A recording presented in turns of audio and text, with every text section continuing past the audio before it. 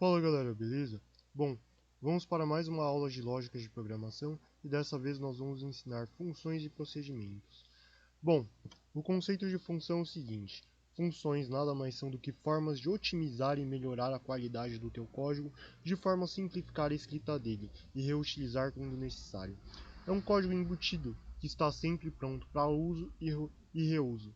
O uso e reuso desse código pode ser feito simplesmente escrevendo o nome da função, informando as variáveis de parâmetro para esse código.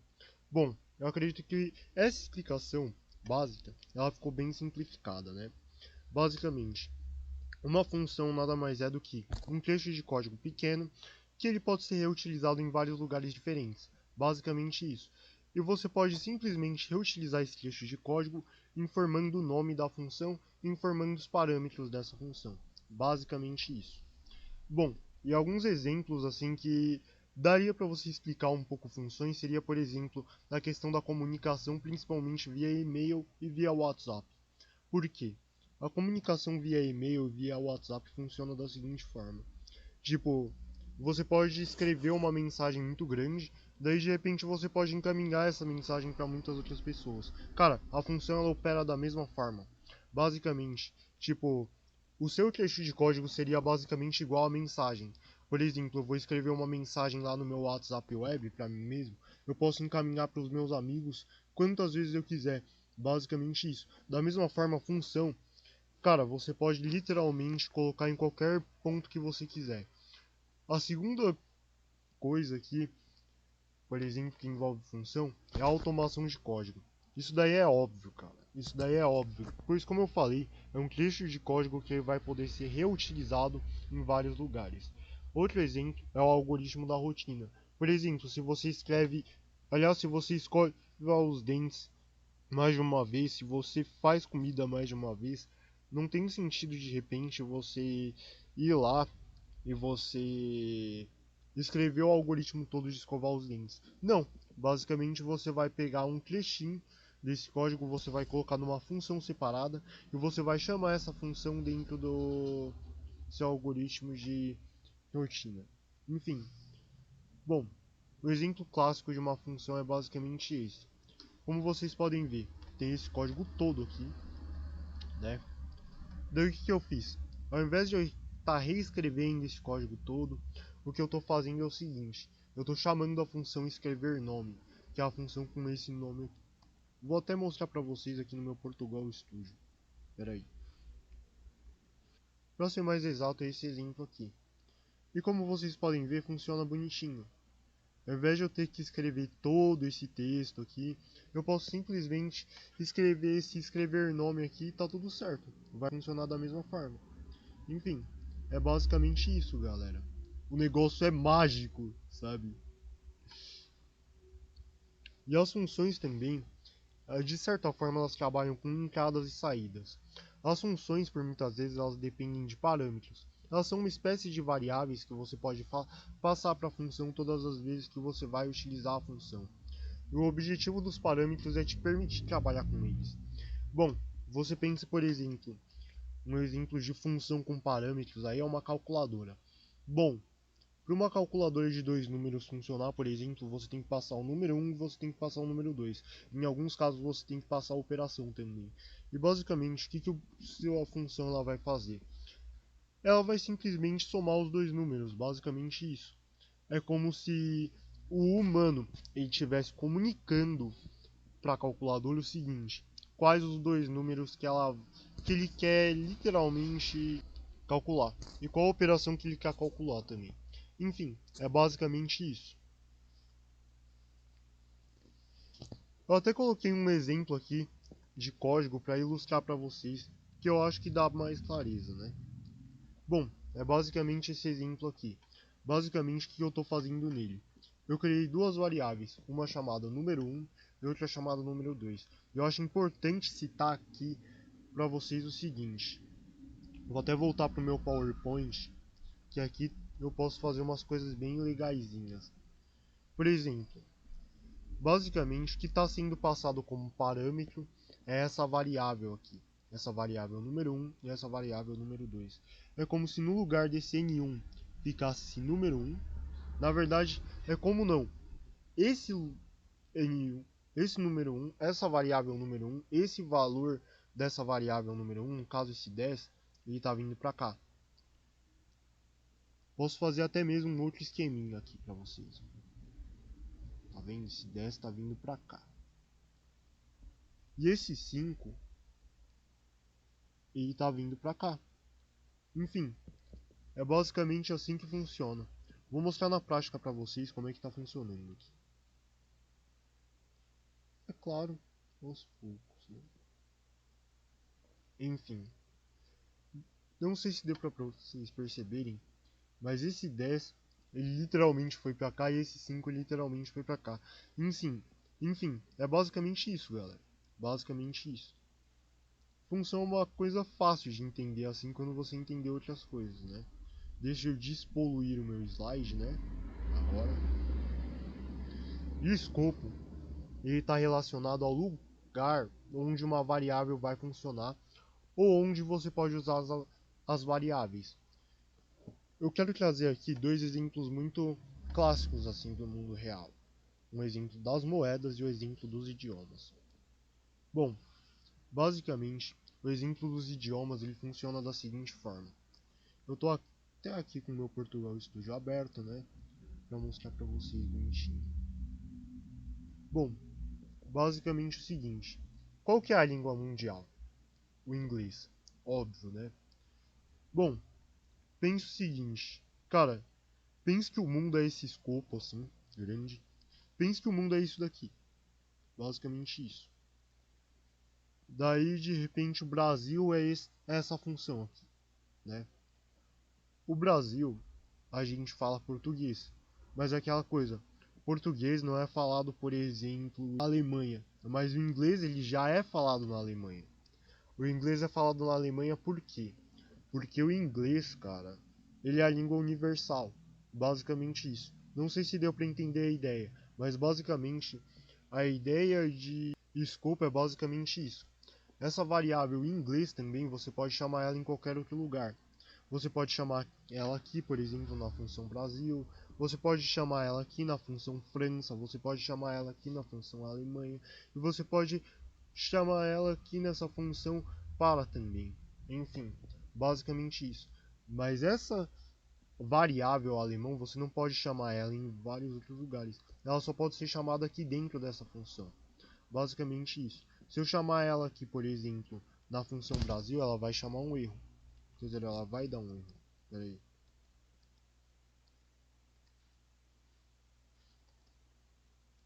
Tá vendo? Ele lançou um erro. E basicamente o que o meu programa ele reclama, a variável alemão não foi declarada nesse escopo. Enfim, além do escopo local, que é esse escopo de função, existe o escopo de bloco. O escopo de bloco ele funciona basicamente da seguinte forma. Ele funciona quando você cria uma variável, por exemplo, em algum outro lugar que não seja uma função e que não seja, por exemplo, um arquivo completo de texto. Basicamente, uma variável de escopo de bloco, ela é criada, por exemplo, num laço de repetição e ela é criada num laço condicional também. Aqui, por exemplo, eu dei um exemplo para vocês de duas variáveis de escopo de bloco. Essa variável aqui chamada i e essa variável aqui chamada alto-alemão. Se eu tentar chamar essa variável aqui alto-alemão aqui, ela vai me dar um erro.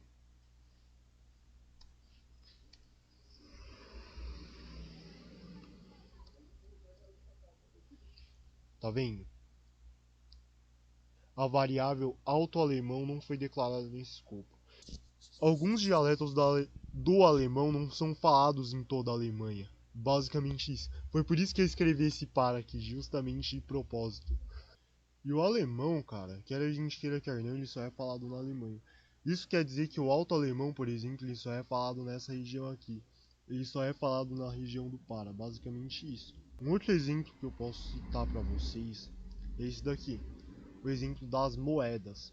Eu gosto bastante desse exemplo das moedas porque a moeda, quer a gente queira quer não, que é mais difundida no mundo hoje em dia, é o Bitcoin. Bom, eu coloquei um pouco da cotação dessas moedas também, eu achei que o exemplo dos idiomas ficaria mais explicativo justamente por causa disso. Enfim, daí o que acontece? O real, cara, ele só é aceito no Brasil. Da mesma forma, a variável real, ela só funciona no Brasil. O dólar, cara, ok, ele é aceito em outros lugares sim, mas principalmente nos Estados Unidos. Se você for oferecer um dólar para um brasileiro, eu acredito que ele não vai aceitar.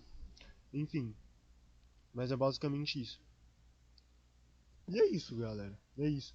Por falar em Bitcoin, se vocês gostam do meu conteúdo, vocês podem financiar ele com Bitcoin também, fazer uma doação, né?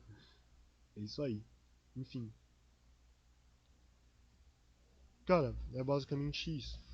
Como vocês podem ver, eu coloquei até esses quadradinhos aqui para ficar bem explicativo. Bom, essa variável real ela só vai funcionar aqui, nesse retângulo. Essa variável Bitcoin ela vai funcionar em qualquer outro lugar. Essa variável Estados Unidos, quer dizer, essa variável dólar ela só vai funcionar na função Estados Unidos. E essa variável euro só vai funcionar na Europa. Enfim, é basicamente isso. Bom, eu quero falar para vocês também a passagem de parâmetro por referência. E diferente do parâmetro comum, onde você passa literalmente o valor da variável, na passagem de parâmetro por referência, você pode literalmente passar o endereçamento da variável. O que isso vai mudar? Cara, muita coisa. Sabe por quê? Porque a variável, a partir do momento que você passa ela por referência, você pode literalmente mudar o resultado da variável. Basicamente isso.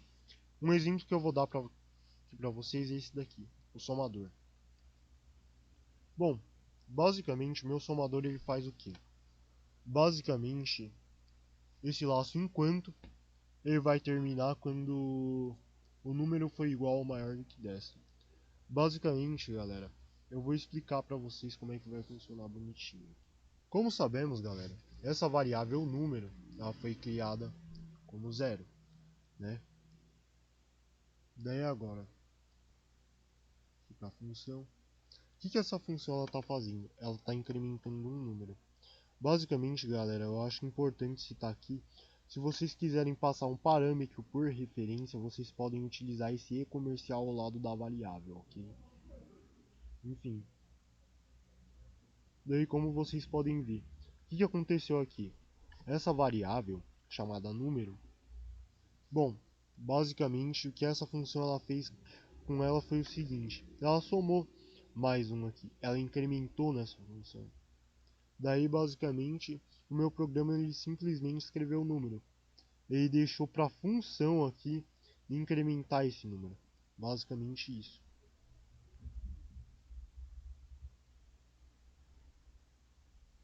E é isso, galera. Funciona mais ou menos assim. E o retorno da função? Ele é bem interessante. Da mesma forma como o parâmetro funciona como ponto de entrada da função, o retorno funciona como ponto de saída da função. Basicamente, quando você escrever a palavra retorne, basicamente você está escrevendo o último, está escrevendo literalmente a última linha da função. Basicamente isso. Isso facilita muito na escrita de código. Eu não sei se dá para vocês perceberem aqui, mas basicamente, o que a gente estava fazendo antes? Aqui nessa função. Bom, antes a gente estava fazendo nessa calculadora, a gente estava fazendo escreva aqui. Só que, cara, na boa, agora a gente não precisa mais fazer isso. A gente pode literalmente colocar essa função simplesmente para ela somar dois números. A gente não precisa escrever um valor na tela. Basicamente isso. E por que eu estou mostrando a função dessa forma?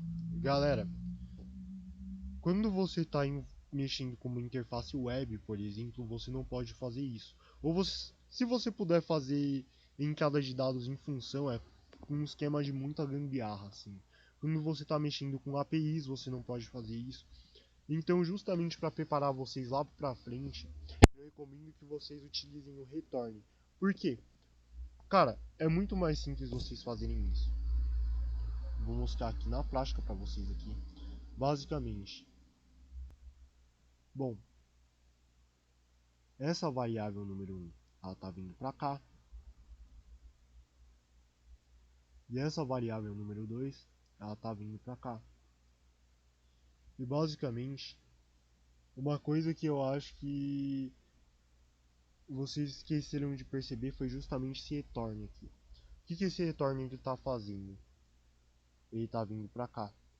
Enfim, essa variável chamada soma aqui na minha função principal, ela está recebendo literalmente o resultado dessa soma. Ela está recebendo o que está escrito nessa linha aqui, desse retorno. Basicamente isso. Enfim, parece mais trabalhoso, e é um pouco mais trabalhoso. Mas galera, é só uma linha de código a mais, tipo... E é justamente aquilo que eu falei. Tipo, quando vocês forem trabalhar num ASP.NET, num React, em alguma API, vocês não vão colocar entrada de dados na função, saída de dados na função. Então, eu acho, fiquem bem atentos a isso. Sempre escrevam dessa forma.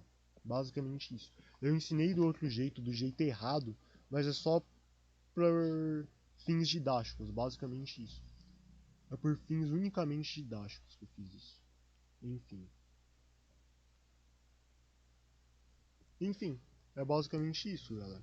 Basicamente isso. Bom, e basicamente eu meio que dissequei a função. Ela funciona da seguinte forma. Isso daqui, aqui nessa palavra função, é basicamente a inicialização da função aqui no Portugal Studio. Daí, outra coisa que eu esqueci de falar para vocês é que quando vocês vão utilizar o return, você tem que informar o tipo daquela função. Basicamente, você tem que informar, por exemplo, se essa função ela retorna um inteiro, se essa função ela retorna um caractere, alguma coisa desse tipo. No caso dessa função aqui, ela está retornando um número inteiro. Basicamente isso, que é a soma desses dois números. Enfim, o nome da função aqui no caso, que é soma, os parâmetros dessa função, que é o N1 e o N2. Aqui, nesse cálculo aqui, ela está fazendo um processamento. Esse retorno aqui é o retorno. E aqui dentro dessas chaves é o corpo da função. Enfim, é basicamente isso. Bom, e as regras de nomenclatura para funções. Bom, basicamente as regras de nomenclatura aqui são regras de nomenclatura que eu tô cagando, beleza? Por quê? Escrevam sempre a primeira letra da função maiúscula. Por que que... Onde é que eu quero chegar nisso daqui? Bom, quando você vai estar trabalhando em alguma linguagem de programação, como é o caso do C Sharp, uma convenção dos desenvolvedores é a seguinte, que toda primeira letra de função você escreve ela com letra maiúscula. A primeira letra de cada palavra também é maiúscula. Basicamente isso. Bom, e além dessas funções que a gente pode criar, a gente também pode ter algumas funções prontas aqui. Por exemplo, eu mostrei aqui para algumas para vocês aqui, são as seguintes. De texto, por exemplo, nós temos o número de caracteres. A função número caracteres, ela vai fazer o quê? Ela vai fazer o seguinte, cara. Ela vai literalmente pegar quantos caracteres tem nessa string que você está informando. Aqui, por exemplo, a string que eu estou informando é a string chamada escola de programação. String, para quem não sabe, é uma palavra, tá? Uma cadeia de caracteres. Bom, e basicamente aqui nessa palavra nós temos 19 letras. Enfim, e é basicamente isso que o número está retornando. E só para deixar bem claro, tá, galera? Essa função ela retorna um número inteiro. Enfim, posso até mostrar para vocês que aqui no Portugal Studio tem até uma explicaçãozinha. Aqui, conta o número de caracteres existentes em uma cadeia. Enfim, daí o parâmetro dessa função, por exemplo, um valor qualquer do tipo cadeia e retorna o número de caracteres nessa cadeia. Enfim, funciona basicamente assim, galera. Outro exemplo é o extrair subtexto. Bom, o extrair subtexto ele faz o seguinte: ele pega, por exemplo, o texto de uma variável do tipo string e tipo ele corta esse texto. Bom, basicamente ele corta e tipo ele exibe para o usuário a partir da posição que o programador informe até a posição que o programador informa. Bom, para vocês entenderem aqui mais ou menos, eu vou ter que utilizar a explicação do Portugal Studio de novo, né? Enfim. Extrai uma parte da cadeia delimitada pela posição inicial e final.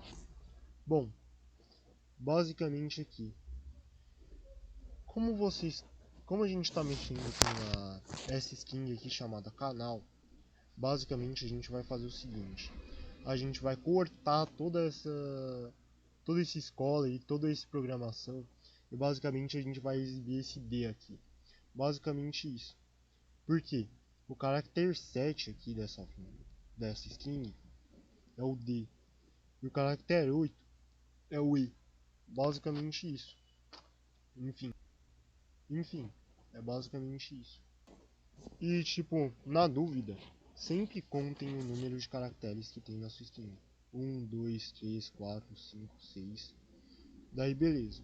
Quero exibir esse trecho aqui. 7, 8. Esse trecho aqui vai ser exibido. Beleza? Eu acho que eu vou até marcar aqui no meu PowerPoint de uma outra cor. Justamente para ajudar vocês. Pera aí. De vermelho. Tá vendo? Esse daqui vai ser o trecho exibido. Basicamente isso. Bom, e o posição texto? Basicamente, o posição texto ele faz o seguinte: ele pega aonde esse trecho aqui, aonde esse texto chamado D tá assim, tá começando na sua cadeia de caracteres. Basicamente isso. Enfim, ele pega a posição desse texto. Enfim, sempre pensem no seguinte: string trabalha com posições. E eles começam. A string ela começa com uma posição a partir do número 0. Como eu posso dizer aqui para vocês? O programador ele vai ter que formar o texto que ele quer encontrar aqui dentro dessa variável. Ele vai ter que informar o nome da variável, ele vai ter que informar também a partir de qual posição ele quer que encontre esse texto. Enfim, basicamente a posição 0 é a partir daqui, a partir desse E. Daí ele percorre tudo isso. 1, 2, 3, 4, 5, 6. Daí ele encontrou o D aqui. Beleza. É basicamente assim que funciona, galera. Bom, esse daqui é mais divertido. Caixa alta. Basicamente ele deixa todas as letras em maiúsculas. Tá vendo? Eu vou falar pra vocês. Um programa que literalmente deixa todas as letras como maiúsculas é um programa de utilidade pública. Cara, eu, por exemplo, criei um programinha em C# que fez isso. Pra fazer isso daqui. Bom, caixa baixa. Bom, ele deixa todas as letras em letra minúscula. Basicamente isso. Enfim. Basicamente temos aqui um programa que ele calcula a potência, né? No caso, a base vai ser 2 e o expoente aqui vai ser 5. 5, 32. O último exemplo aqui para vocês é o exemplo da raiz quadrada. Basicamente, quer dizer, da raiz. Basicamente ele vai pegar a raiz cúbica de 8. Raiz de 8 por 3, basicamente isso. A raiz de 8 por 3 é 2. Basicamente isso. E quero fazer aqui uma préviazinha da próxima aula, já que eu toquei no assunto de posições. Bom, basicamente existem variáveis que podem armazenar mais de um valor. Essas variáveis são chamadas vetores. Elas funcionam como uma listinha de supermercado com vários valores embutidos. Por que eu mostrei isso daqui pra vocês? Cara, no C# dá pra você fazer uma coisa bem interessante. Porque em algumas funções de string, na verdade a maioria, eu acho que uns 70% das funções de string você pode utilizar elas no vetor. Isso daí é bem interessante mesmo. Enfim, no Java já não tem essa funcionalidade, é por isso que eu vou explicar C# pra vocês, enfim, pretendo, né? Daí, basicamente, eu posso mostrar aqui alguns exercícios que vocês vão ter que criar suas próprias funções. Bom, basicamente os exercícios são os seguintes. Primeiro de todos, crie um programa que calcule a potência. Nesse caso aqui, vocês não podem utilizar a função potência. Você tem que fazer o seu próprio código para você treinar. Por quê? Por que eu faço isso? Galera, a partir de agora vocês vão mexer com algoritmos mais complexos. Quando você vai fazer um teste para uma vaga de emprego, por exemplo, você vai fazer um algoritmo bem mais complexo. Enfim, daí, tipo, é claro, tem a parte de algoritmos 2, que envolve, por exemplo, bubble sort, merge sort, enfim, desse tipo de ordenação, enfim, recursividade também. Função é utilizada bastante para recursividade, eu acho que vale a pena lembrar disso. E seguindo a lógica desse primeiro exercício, crie um programa que calcule a raiz. Aqui é a raiz, tá, galera? Pera aí, vou até mudar aqui para não confundir ninguém. Raiz. Enfim,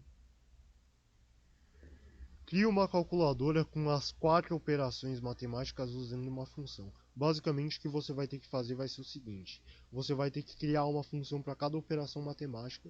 E eu recomendo que vocês utilizem uma função, inclusive, para, como posso dizer, verificar a operação matemática. Bom, crie um contador usando função. Basicamente, você vai jogar o laço for dentro da função. Enfim, crie a sequência de Fibonacci também. Crie um conversor de graus Celsius para graus Fahrenheit. Crie um programa que calcule o resto da divisão e refaça o exemplo do churrascão. Basicamente tudo isso usando função. E com as funções pré-programadas também, crie um programa que pegue as 3 letras do seu nome. Crie um programa que conte quantas letras tem o seu nome. Crie um programa que procure qualquer letra dentro do seu nome. Crie um programa que deixe seu nome com todas as letras maiúsculas e minúsculas. Enfim, crie um programa que calcule a potência de um número. O usuário, no caso, agora vai ter que informar a base e o expoente, mas dessa vez vocês podem utilizar a biblioteca matemática. Enfim. E galera, uma dica naquela para cortar a primeira letra do seu nome e deixar ela maiúscula é o seguinte: vou deixar essa mamata aqui para vocês, que é o seguinte: vocês vão utilizar as funções extrair subtexto e a função caixa alta também. E vocês vão ter que utilizar a concatenação de string. Enfim, ao invés de vocês falarem de cadeia agora, chamem de string. Eu acho que agora é melhor porque vai entrar a questão do C Sharp também, enfim. Crie um programa que calcule a raiz de um número. O usuário, no caso, ele vai ter que informar o radicando e o índice. Enfim. E crie uma calculadora de soma, subtração, multiplicação, divisão, potência e radiciação. No caso, vocês vão ter que criar as funções soma, subtração, multiplicação e divisão. Se vocês forem espertos, vocês vão adaptar o exemplo da última calculadora.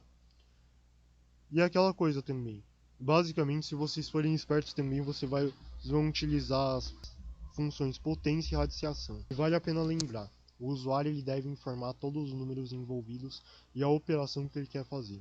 Enfim, cara, se vocês tiverem dúvidas, deixem nos comentários ou me chamem no Discord ou no e-mail. Bom, o meu e-mail é esse daqui e o meu Discord é esse daqui. Bom, galera, eu espero que vocês tenham gostado desse vídeo. Se vocês gostaram, eu peço que vocês deixem o like de vocês, comentem aqui embaixo o que vocês acharam, compartilhem esse vídeo, se inscrevam aí no meu canal no YouTube para mais conteúdos de programação. Compartilhem esse vídeo também, e se vocês quiserem financiar meu projeto aqui nesse canal de programação, eu vou deixar também o hash da minha carteira de Bitcoin para vocês.